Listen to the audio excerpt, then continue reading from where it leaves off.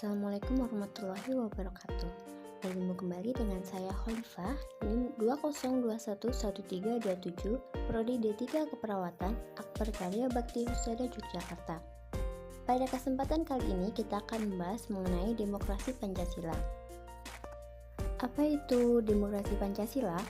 Secara khusus, pengertian demokrasi ini dapat dilihat dalam Kamus Besar Bahasa Indonesia, bahwa demokrasi Pancasila adalah demokrasi yang berdasarkan sila Pancasila yang dilihat sebagai suatu keseluruhan yang utuh. Sedangkan secara umum, pengertian dari demokrasi Pancasila adalah sebuah paham demokrasi yang dilandasi oleh prinsip-prinsip yang terdapat dalam Pancasila. Demokrasi ini merupakan paham yang telah diyakini oleh masyarakat Indonesia dari masa lalu. Sedangkan konsep pemahaman demokrasi ini jelas berasal dari asas-asas yang terkandung dalam Pancasila.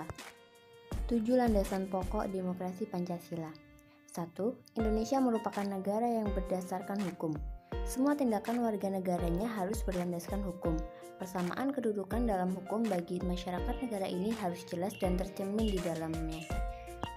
Yang kedua, negara Indonesia menganut sistem konstitusional. Artinya, pemerintah negara Indonesia beraktivitas berdasarkan sistem konstitusional atau hukum dasar yang tidak bersifat absolut. Dalam artian, kekuasaan pemerintah tidak bersifat mutlak dan terbatas. Sistem konstitusional di sini menegaskan bahwa kegiatan pemerintah itu dibatasi dan dikendalikan oleh undang-undang. Yang ketiga, MPR atau Majelis Permusyawaratan Rakyat adalah pemegang kekuasaan tertinggi negara. Dalam pasal 1 ayat 2 Undang-Undang Dasar 1945 sebelum amandemen disebutkan bahwa kekuasaan tertinggi negara berada di tangan rakyat dan sepenuhnya dilakukan oleh MPR. Berarti jelas bahwa MPR adalah pemegang kekuasaan tertinggi negara. Keempat, Presiden merupakan penyelenggara pemerintah tertinggi di bawah MPR. Presiden merupakan penyelenggara pemerintah tertinggi di bawah kendali MPR. Presiden diangkat oleh MPR, berarti Presiden juga dalam melaksanakan tugasnya harus tunduk dan bertanggung jawab pada majelis tersebut. Presiden merupakan mandataris MPR dan wajib menjalankan berbagai putusannya. 5. Pengawasan terhadap Dewan Perwakilan Rakyat. Presiden di sini tidak bertanggung jawab pada DPR, tapi DPR yang mengawasi pelaksanaan wewenang yang diberikan pada Presiden. Dalam pelaksanaan tugasnya, DPR dan Presiden harus bekerja sama untuk membentuk undang-undang termasuk di dalam APBN. Sedangkan untuk mengesahkan undang-undang, Presiden harus mendapat persetujuan dari DPR. 6. Menteri Negara merupakan pembantu Presiden dan tidak bertanggung jawab pada DPR. Pada sistem demokrasi Pancasila, Presiden memiliki wewenang untuk mengangkat dan memberhentikan Menteri Negara. Para menteri dalam melaksanakan mandatnya tidak bertanggung jawab pada DPR, tapi kepada Presiden. Merujuk hal ini, berarti sistem kabinet negara ini adalah kabinet presidensial. 7. Kekuasaan kepala negara tak terbatas. Presiden memang tidak bertanggung jawab kepada DPR, tapi bukan berarti memiliki kekuasaan tak terbatas. Presiden harus menaati suara DPR. DPR memiliki kedudukan yang kuat karena Presiden tidak dapat membubarkannya. Semua anggota DPR merangkap juga menjadi anggota MPR. Prinsip demokrasi Pancasila. 1. Melindungi dan menjunjung tinggi hak asasi manusia. 2. Setiap keputusan yang diambil berdasarkan hasil musyawarah. 3. Adanya badan peradilan yang merdeka, dalam artian terlepas dari pengaruh kekuasaan pemerintah dan kekuasaan lembaga lainnya. 4. Memiliki partai-partai politik dan organisasi sosial politik, karena lembaga-lembaga tersebut sebagai tempat masyarakat menyalurkan aspirasinya. 5. Adanya pelaksanaan pemilihan umum. 6.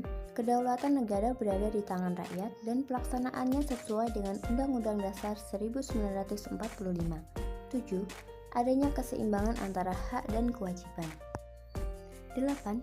Adanya pelaksanaan kebebasan yang tetap bertanggung jawab kepada Tuhan Yang Maha Esa, individu, masyarakat, dan juga negara. 9. Mendukung serta menjunjung tinggi tujuan dan cita-cita nasional. 10. Adanya penjelasan mengenai pemerintahan dalam Undang-Undang Dasar, seperti berikut ini.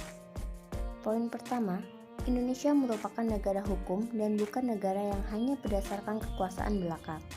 Poin kedua, pemerintah negara ini berjalan berdasar sistem hukum dasar yang tidak bersifat absolut. Poin ketiga, kekuasaan tertinggi negara berada di tangan rakyat. Asas-asas demokrasi Pancasila. Untuk mengambil gagasan dan keputusan penting harus dilandaskan asas-asas. Adapun asas yang diterapkan dalam demokrasi Pancasila adalah sebagai berikut. 1. Asas kerakyatan. Asas kerakyatan adalah asas yang mendasari kesadaran kecintaan terhadap rakyat, juga memiliki jiwa kerakyatan, baik berupa nasib ataupun cita-cita.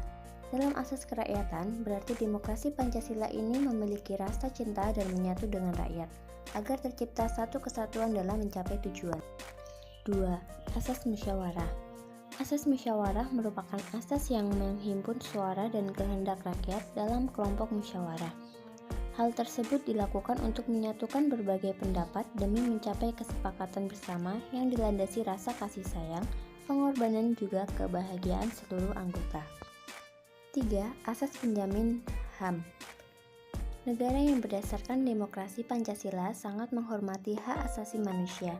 Setiap anggota masyarakat dipandang sama status sosialnya, dalam artian tidak dibeda-bedakan. Tujuan demokrasi Pancasila. 1. Memudahkan pemerintah mengetahui proses pengambilan keputusan dalam menyelesaikan sebuah masalah dengan menggunakan asas-asas demokrasi Pancasila. Kedua, agar semua bagian pemerintahan di Indonesia berkegiatan sesuai dengan landasan negara ini. Ketiga, menjadi jaminan pemerintah negara ini memang benar bertanggung jawab penuh kepada tugasnya juga kepada rakyat. Keempat, menjamin perundang-undangan di negara ini dipatuhi dan dijalankan seperti seharusnya. Kelima, menjamin semua warga negara Indonesia turut serta dalam kehidupan bernegara dan mau berpartisipasi dalam pemilu dengan menggunakan hak suaranya. Kelebihan demokrasi Pancasila. Yang pertama, demokrasi ini mengutamakan pengambilan keputusan berdasarkan kesepakatan bersama yang berlandaskan kekeluargaan. Yang kedua, sangat mengutamakan keseimbangan hak dan kewajiban antara kepentingan pribadi dan sosial. Ketiga, mendahulukan kepentingan dan keselamatan bangsa dan negara di atas kepentingan pribadi atau golongan. Kesimpulannya, demokrasi adalah sebuah cara melakukan perubahan atas hal-hal yang terjadi di masa lampau. Demokrasi memberikan wewenang pada rakyat untuk memilih pemimpinnya. Dalam demokrasi, penguasa atau pemerintah berada dalam pengawasan masyarakat. Demokrasi juga bisa dikatakan sebagai kebebasan dalam mengungkapkan pikiran dan gagasan. Sebuah negara yang menganut sistem ini pasti memberikan kebebasan pada warga negaranya dalam menyampaikan pendapat. Demikian yang dapat saya sampaikan, kurang lebihnya saya mohon maaf, dan terima kasih karena teman-teman sudah melihat video ini dari awal hingga akhir. Akhir kata, wassalamualaikum warahmatullahi wabarakatuh.